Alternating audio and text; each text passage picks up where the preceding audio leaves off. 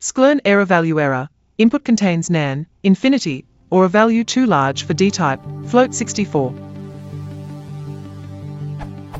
I am using Sklearn and having a problem with the affinity propagation. I have built an input matrix and I keep getting the following error. I have run. I tried using to remove the infinite values, but this did not work either. What can I do to get rid of the infinite values in my matrix, so that I can use the affinity propagation algorithm? I am using Anaconda and Python 2.7.9.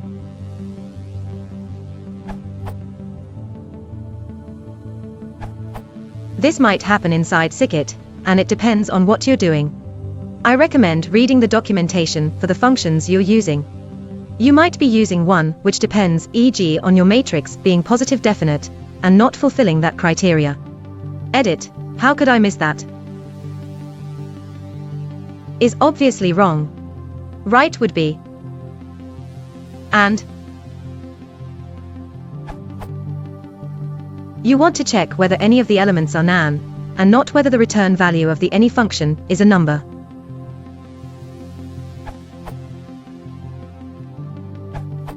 This is the check on which it fails.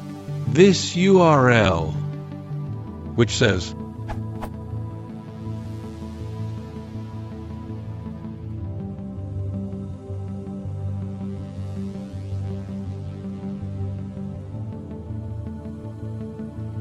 so make sure that you have non-NaN values in your input, and all those values are actually float values.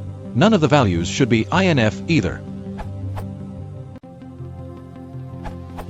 This is my function, based on this, to clean the dataset of NaN, INF, and missing cells for skew datasets.